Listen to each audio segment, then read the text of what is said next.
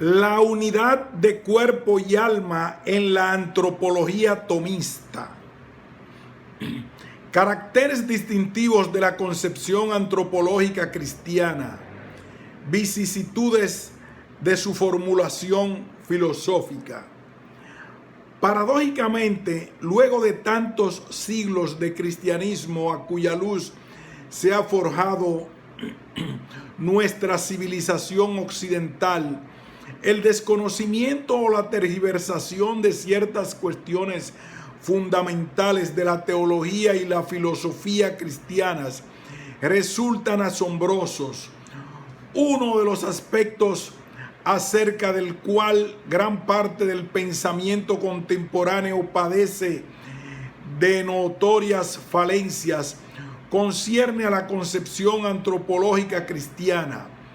En efecto, resulta muy difundida la convicción de que uno de sus temas fundamentales reside en la cuestión del alma humana y su inmortalidad acorde con la creencia en su destino eterno. Sin duda alguna esto sería absolutamente cierto si no olvidara la otra cara de la cuestión. Esta perspectiva pierde de vista que según la fe cristiana, la resurrección y la salvación le están prometidas al hombre entero y por ello la cuestión de la inmortalidad del alma humana no ha sido siquiera la primera en ser planteada por los pensadores cristianos, sino que desde el comienzo se ha hecho hincapié en la unidad inescindible de cuerpo y alma y en el hombre, aun cuando en ocasiones se careciera de una explicación filosófica adecuada para esta exigencia que surgía con evidencia de los enunciados de la fe. La inmortalidad del alma, noción aceptada y transmitida por la tradición órfico-pitagórica, constituye el epicentro de la antropología platónica. Pero la demostración de su inmortalidad fundada en la inmaterialidad y la dignidad del alma racional, de naturaleza afín tanto a los dioses como a los arquetipos inteligibles y eternos del cosmos suprasensible, iba asociada igualmente la convicción de su carácter inengendrado y de su penosa caída en un cuerpo material del que podría liberarse tras un ciclo de transmigración a otros cuerpos siempre y cuando ejercitara una vida de ascesis que la ayudase a desprenderse de la opacidad de la materia sensible.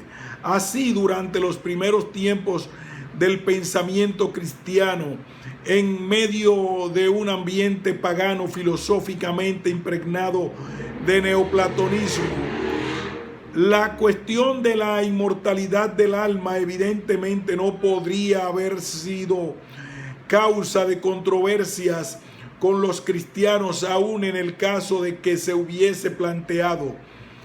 Quien observe, en cambio, los testimonios escritos de los más antiguos padres de la Iglesia, comprenderá que el contraste con el mundo pagano surgió en torno a otro aspecto. Cuando en el siglo II los santos padres se vieron en la necesidad de defender la doctrina cristiana contra las acusaciones de que era objeto por parte de aquellos que la consideraban un peligro contra las costumbres y las creencias de ese tiempo, dos eran los temas recurrentes de sus apologías: el monoteísmo y el dogma de la resurrección. En efecto, con frecuencia los primeros padres no solo no sintieron la necesidad de probar la inmortalidad del alma, sino que incluso pudieron pensar que tal carácter no se daba en las criaturas humanas. Sin embargo, resultaba imperioso que explicasen al mundo pagano algo inconcebible para su mentalidad, que un Dios único y creador de todo el universo había prometido a los hombres volver a vivir, resucitar en su condición encarnada para ya no morir y venciendo el pecado, ser salvos y participar de la eterna y beatífica visión de Dios. Indudablemente esta doctrina debía sonar no solo extraña al oído pagano, sino incluso disparatada. Era menester pues insistir en ella y con la mayor claridad posible para hacerla comprensible a quienes jamás hubiesen imaginado algo semejante. Una naturaleza surgida de la nada que debe todo su ser a la acción creadora de un Dios único, y entre esas criaturas el hombre, que puede revivir en carne y hueso, superando la muerte. Enseñar a distinguir la resurrección de la reencarnación fue una tarea que cumplieron ampliamente los primeros padres, pero encontrar una explicación filosóficamente aceptable para ese hecho era un asunto muy distinto, que demoraría aún mucho tiempo y costaría varios intentos infructuosos. Ya entre los padres apologistas, San Justino, filósofo convertido al cristianismo, pese a su preferencia por el platonismo, supo con certeza que según su fe el alma humana no podía ser concebida como una partícula divina e inmortal emanada de la soberana inteligencia y capaz de contemplar directamente lo inteligible e incluso la divinidad misma. Tal la doctrina enseñada por los neoplatónicos e incluso por la herejía agnóstica.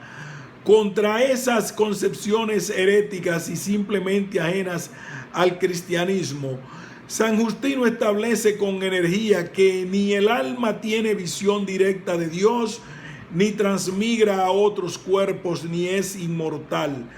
Pues si es inmortal, claro es que tiene que ser increada. Ahora bien, lo que fue creado en sí mismo es también corruptible, aunque por designio de Dios no se disuelva ni muera. Y tal parece ser, según Justino, el caso del alma humana, pues ella no es vida, sino que tiene vida por participación. Así pues, Justino no cree que el alma sea naturalmente inmortal, sino en todo caso por designio y voluntad de Dios, la cual ha sido una convicción común entre los antiguos pensadores cristianos, quienes no imaginan que el alma humana pueda ser inmortal por su propia naturaleza, sino por voluntad de Dios y en vista a la salvación o condenación eterna del hombre, en lo cual encontramos un marcado contraste con la filosofía pagana. Pero si la inmortalidad del alma no preocupaba mayormente a los antiguos padres, excepto en cuanto tuviese directa relación con la resurrección, también debemos decir que la reivindicación de la dimensión carnal del hombre fue un punto importante de su especulación. Un ejemplo especialmente importante podemos encontrarlo en San Ireneo de Lyon, quien en su Adversus Aereses entabló una durísima controversia contra el gnosticismo, que para aquella época había cobrado especial auge y difusión. En primer lugar, Ireneo establece que la totalidad de lo que es proviene de la libre acción creadora de Dios, de modo que incluso el mundo material es su obra y no, como pensaban los gnósticos, el producto de un proceso de degeneración en el que habría intervenido seres intermedios. Pero sí, contra lo que pregonaban los gnósticos, la materia proviene de Dios mismo. Entonces, no solo lo espiritual, sino incluso lo material, adquiere una notoria relevancia, afirmación que sin lugar a dudas incide sobre la concepción del hombre, pues todo él, en su unidad a la vez espiritual, anímica y carnal, proviene de Dios. En cuanto a la inmortalidad del alma, también Ireneo parece concordar en líneas generales con la doctrina que hemos encontrado en otros padres de este período inicial del cristianismo. El alma ha recibido la vida de Dios y puede perdurar por voluntad divina. Así, durante los 3 primeros siglos de la era cristiana, los santos padres, pese a que no pocas veces experimentaron gran afinidad con Platón en más de un aspecto, opusieron al platonismo notoriamente influyente en aquel tiempo y particularmente a las sectas gnósticas que despreciaban la materia y condenaban al cuerpo como fuente de oscuridad y del mal moral.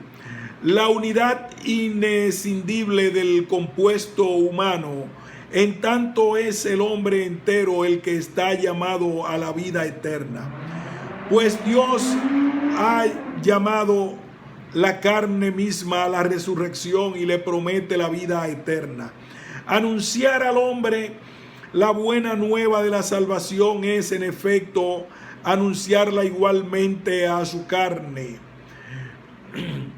Pues, ¿qué es el hombre sino un ser racional compuesto de un alma y de un cuerpo? El alma tomada en sí misma no es, pues, el hombre. No, pero es el alma del hombre. ¿Acaso el cuerpo es el hombre? No, pero se debe decir que es el cuerpo del hombre. De modo que, pues, ni el alma ni el cuerpo tomados aparte son el hombre. Y lo que se llama con ese hombre es lo que nace de la unión de aquellos. Cuando Dios llamó al hombre a la resurrección y a la vida, no llamó a una de sus partes, sino al todo, tojolón, es decir, al alma y al cuerpo. Ahora bien, como se ha visto, es cuestión clara para los antiguos.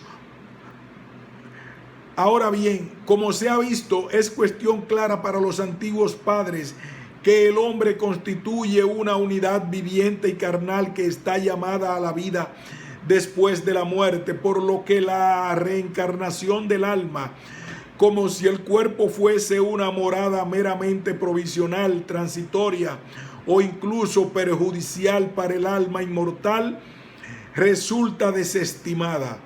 Más aún, la resurrección del hombre, que remite a una promesa y a un designio divinos, hasta puede ser avalada por argumentos racionales, como lo muestra el tratado de Atenágoras sobre la resurrección de los muertos, que, según Gilson, es la primera tentativa conocida para justificar racionalmente la gran esperanza cristiana.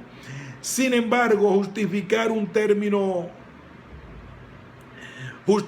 en términos filosóficos la constitución antropológica que respalda esta concepción unitaria del hombre es algo diferente, pues la unidad del compuesto humano y su peculiar constitución aún no había encontrado una explicación metafísica adecuada que fuese a la vez compatible con la esperanza cristiana en la resurrección.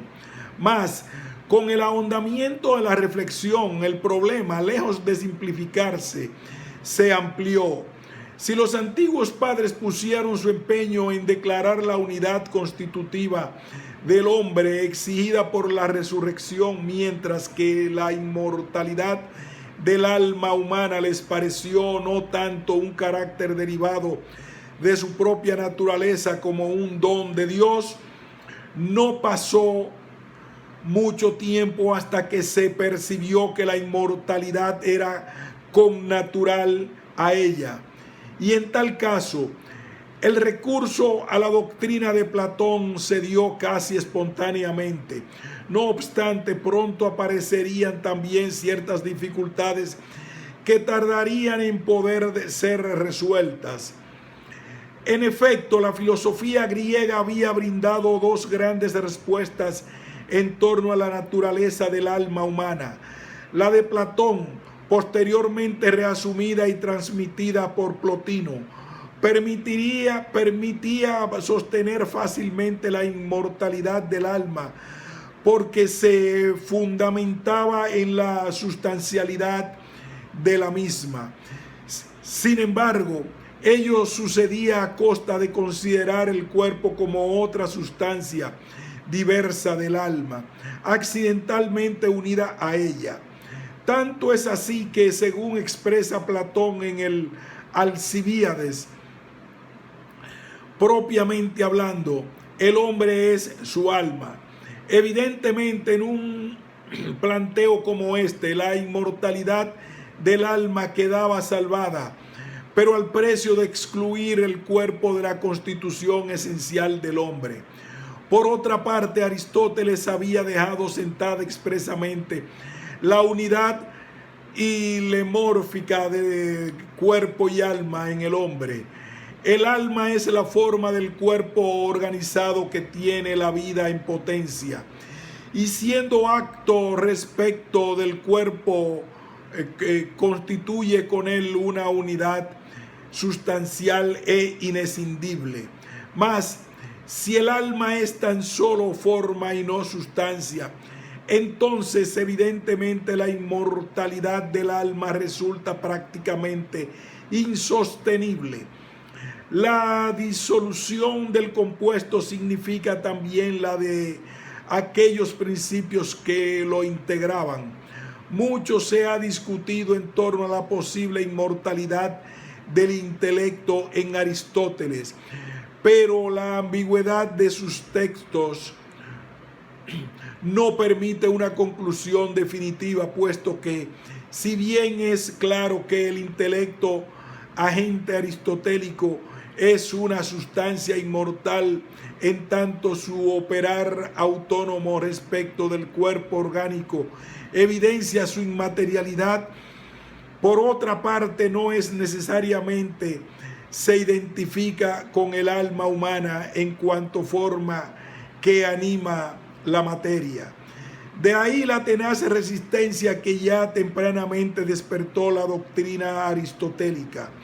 Un ejemplo de ello se advierte en Nemesio de Émesis, que ve en la concepción del alma como forma sostenida por el estagirita un enorme riesgo para el reconocimiento de la sustancialidad y por ende de la inmortalidad del alma humana, teniendo en cuenta además que durante mucho tiempo Nemesio de Émesis fue identificado con Gregorio de Nisa, el eminente padre capadocio que vivió en el siglo IV. Se entiende que su objeción, atendible de suyo, iba acompañada de la gran dosis de autoridad que le confería el prestigio del niceno. En cuanto a este último, discutió ampliamente la cuestión del alma humana en su imaginario Dialogus de Anima et Resurrectione, qui inscribitur Macrinia, donde se lleva a cabo uno de los primeros intentos sistemáticos por encarar los problemas filosóficos que dejaba por resolver la revelación cristiana en torno a la inmortalidad y a la subsistencia del alma. Allí se sostiene con toda la claridad la inmaterialidad del alma, que naturalmente conlleva su incorruptibilidad. Más aún, se brinda una definición positiva de ella que, aunque no resuelve la cuestión planteada en torno a su constitución metafísica, deja debidamente sentados su carácter sustancial y al par su unidad inescindible respecto del cuerpo. El alma es una sustancia creada, ousia geneté, viviente, intelectual, que por sí misma produce e infunde la facultad y virtud de vivir a un cuerpo orgánico y la de percibir lo que cae bajo los sentidos, mientras sea capaz de ello la naturaleza de esas cosas.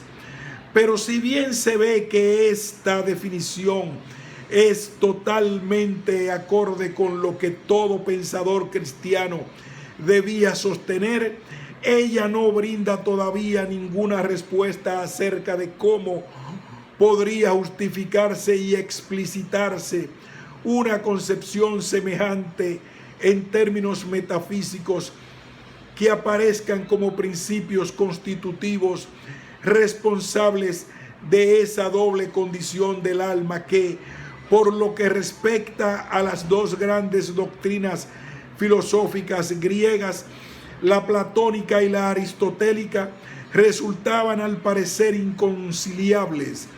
No obstante, ello no fue óbice para que Gregorio de Nisa afirmara con energía tanto la sustancialidad espiritual del alma y en consecuencia su inmortalidad como su estrechísima unidad con el cuerpo, a punto tal que llegó a sostener una curiosa doctrina. El alma humana no solo está presente en los elementos corporales durante la vida presente, sino incluso después de la disolución que acarrea la muerte. Esta perpetua asociación del cuerpo y el alma, además, resulta el corolario de la absoluta simultaneidad en la creación del alma y el cuerpo defendida por el Niceno. A diferencia de algunos planteos difundidos en aquella época, Gregorio piensa que el alma no puede haber sido creada ni antes ni después del cuerpo, pues si el alma hubiese preexistido al cuerpo, como había sostenido por ejemplo Orígenes, sería necesario admitir su absoluta independencia respecto del cuerpo y por ende la doctrina de la transmigración y de la reencarnación. Sin embargo, ello significaría que el alma puede habitar indistintamente cualquier cuerpo, como si estos no fuesen en cada caso de diferente naturaleza, lo cual es a todas luces inaceptable. Por otra parte, es asimismo imposible que el alma haya sido creada después del cuerpo, porque un cuerpo inanimado en realidad no es un cuerpo, sino un cadáver. Por tanto, alma y cuerpo fueron creados conjuntamente y así permanecerán unidos incluso después de la muerte hasta la resurrección final y definitiva. Sin embargo, poco más tarde, San Agustín de Hipona tendría que volver a enfrentar las dificultades que hasta el momento no habían hallado una solución filosófica satisfactoria. Como la mayoría de los padres, Agustín sintió gran inclinación por la radical postura platónica sobre la inmortalidad del alma. Influido por el insigne griego, definió entonces al hombre como un alma razonable que sirve de un cuerpo terrestre inmortal. Si bien es cierto que, a diferencia de Platón, siempre tomó la precaución de destacar la unidad antropológica característica del cristianismo, así dice, por ejemplo, ¿quién es el hombre? Un alma racional que tiene cuerpo, pero el alma racional que tiene cuerpo no hace dos personas, sino un hombre. O, expresado aún de otro modo, homo non est corpus solum, vel anima sola, sed qui est anima constat et corpore. No obstante, aunque la advertencia de San Agustín iba en dirección de la más genuina convicción cristiana acerca de la naturaleza humana, los términos en que quedaba planteada la cuestión volvía problemática su justificación filosófica. Bajo esta perspectiva, el alma con toda seguridad aparece concebida como una sustancia racional apta para gobernar el cuerpo, y en tanto sustancia espiritual, su subsistencia después de la muerte resulta garantizada. Pero, ¿cómo explicar adecuadamente su unidad con el cuerpo? Parece incontestable que el obispo de Hipona no pudo hallar una solución a este interrogante. Prueba de ello es que por más que defina el alma sin dejar de hacer mención al cuerpo que ella rige, interpreta incluso la sensación no como pasiva receptividad de las imágenes, sino como una actividad propia del alma que advierte las modificaciones corporales y produce las imágenes acorde con ellas. En consecuencia, San Agustín no reconoce la influencia del cuerpo sobre el alma racional, pues ¿cómo podría lo inferior actuar sobre lo superior? El alma presta sus cuidados al cuerpo, permanece atenta a sus alteraciones, pero su radical preeminencia ontológica sobre él impide admitir cualquier efecto que la sustancia material esencialmente heterogénea respecto del alma pudiese ejercer sobre ella. Planteada la constitución del hombre en estos términos, parece evidente que el cuerpo necesita de la vivificación rectora del alma, pero no se acaba de comprender en qué sentido el alma pudiese requerir su unión con el cuerpo, puesto que incluso el conocimiento de orden superior lo obtiene el alma por iluminación divina y no por los datos sensibles que pudiese suministrarle la materia corporal.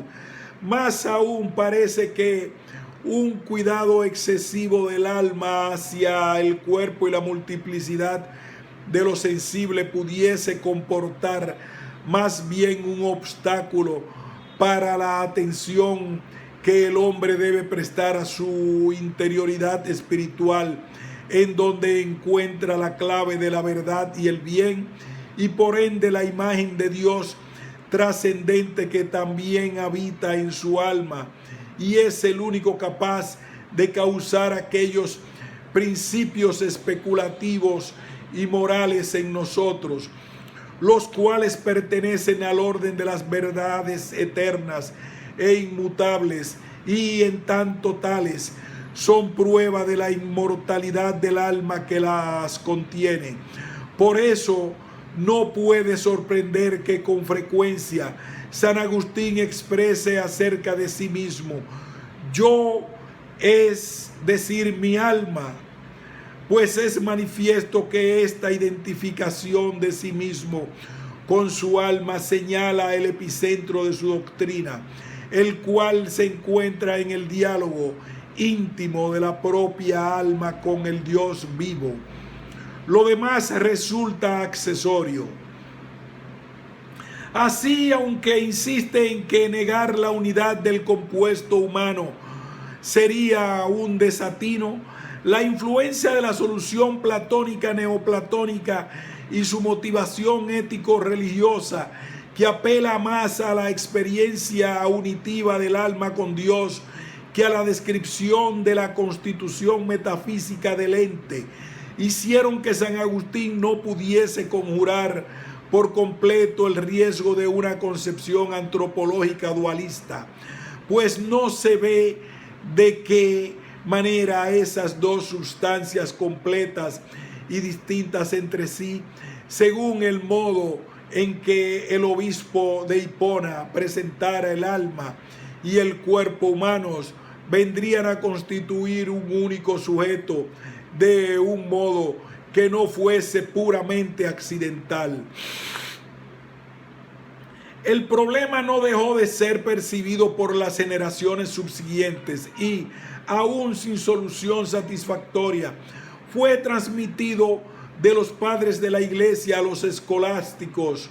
Hasta ahora, lo que resultaba perfectamente claro es que era preciso admitir al mismo tiempo la sustancialidad del alma humana que hacía posible su subsistencia después de la muerte, pero también su unidad con el cuerpo, pues el hombre había sido creado como tal unidad sustancial, e igualmente la promesa de resurrección había sido realizada al hombre entero, lo cual impedía reducir el hombre tan solo a uno de sus principios constitutivos.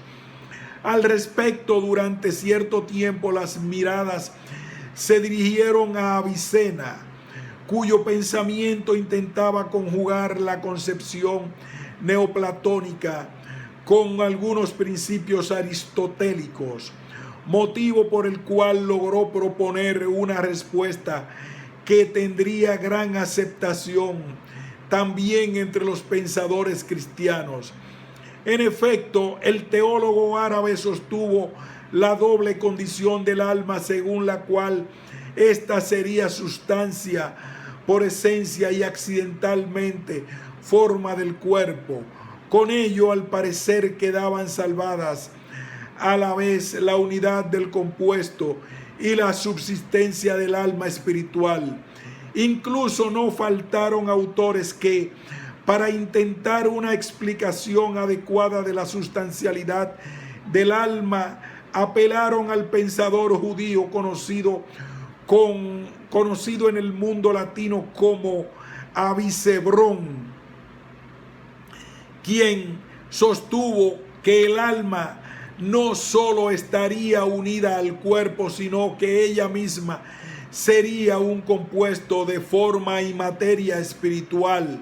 Esta noción aparentemente contradictoria, que da pie a la doctrina del hilemorfismo universal, es decir, la composición de materia y forma en todo ente creado, incluso espiritual, fue interpretada en muchos casos no en el sentido prácticamente inadmisible de corporeidad, sino como potencialidad o mutabilidad.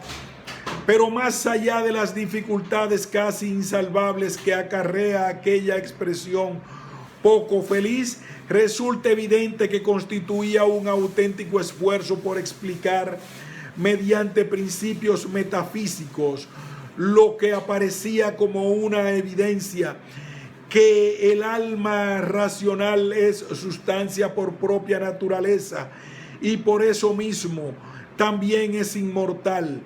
Incluso San Agustín en alguna ocasión pareció suscribir una solución en cierto sentido análoga, posición que más tarde rechazaron de plano Alberto Magno y Santo Tomás de Aquino. San Alberto, sin embargo, había adherido a la doctrina viceniana, que hacía del alma una sustancia por esencia y forma del cuerpo por accidente, sin llegar a advertir que de este modo se mantenían simultáneamente dos respuestas cuya conciliación era realmente ficticia. Pues si el alma se une al cuerpo solo accidentalmente, entonces la unidad del compuesto pierde la relevancia ontológica que todo pensador cristiano debe tener. En este punto resulta preciso reconocer que la convicción cristiana de estos teólogos superaba la conveniencia de sus explicaciones metafísico-antropológicas. el hombre como unidad sustancial de cuerpo y alma según Santo Tomás. Al respecto también Santo Tomás sostuvo que el alma es forma del cuerpo y al mismo tiempo sustancia. Sin embargo, la suya no fue tan solo una posición de compromiso fundada en un puro eclecticismo.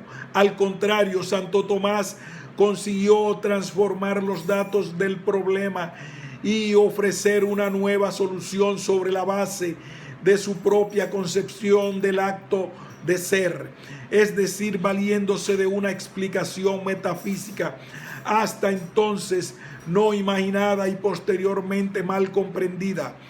Por eso expresa Etienne Gilson: muy pocas veces presentó la historia de las ideas ejemplo más hermoso de un esfuerzo filosófico típicamente cristiano, porque nunca fue tan evidente que, haciéndose más verdaderamente filosofía, es como una filosofía se vuelve más cristiana.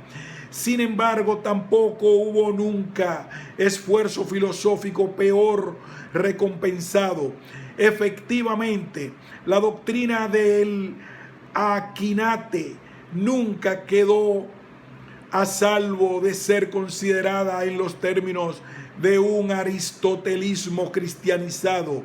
Con ello se perdía su especificidad propia, radicando la razón fundamental de este error en la incomprensión y el olvido de la noción medular de su metafísica, aquella que constituyó un hallazgo filosófico de vastísimas consecuencias, el esse o actus essendi. Precisamente en esta noción se hallaba la clave por la cual Santo Tomás pudo considerar al alma sustancia y forma a la vez, sin que estos dos aspectos aparecieran como términos inconciliables o, a lo sumo, inexplicablemente asociados, porque en su pensamiento lo uno sucede por lo otro, es decir, el alma es forma del cuerpo justamente en tanto es sustancia, mientras que su sustancialidad, como se verá, remite al acto de ser del que por derecho propio está dotada esa forma simple o espiritual que es el alma. De esta manera, la unidad del alma y cuerpo en el compuesto humano, así como la inmortalidad de aquella alma racional, no son dos problemas contrapuestos, sino las dos caras de una misma cuestión, de tal modo que por primera vez en la historia del pensamiento cristiano, hallar la respuesta a una de ellas equivalía a encontrar la solución de las restantes, y esto era exactamente lo que se había buscado infructuosamente durante tanto tiempo. Por ello puede decir el doctor Angélico que el ser forma del cuerpo es algo que conviene al alma según su esencia y no como algo sobreañadido. No obstante, hay que decir que el alma en lo que toca al cuerpo es forma, mientras que en tanto supera la condición corporal es llamada espíritu o sustancia espiritual. Evidentemente, esto es más de lo que había sostenido Aristóteles. Para el estagirita, en efecto, el alma es forma del cuerpo orgánico que tiene la vida en potencia, pero entonces, cuando la muerte ocasiona la disgregación del compuesto, también sus principios se disuelven. El cuerpo se vuelve cadáver en progresiva descomposición, y el alma, siendo solo forma, no dispone al parecer de ningún elemento que le permita la subsistencia. Si Aristóteles reconoció inmortalidad al intelecto en virtud de la inmaterialidad de su operatoria, de la que solo es capaz una sustancia simple subsistente, esto significa aún con toda certeza que haya identificado esa sustancia pensante con el alma del individuo humano. Punto. Continuaremos.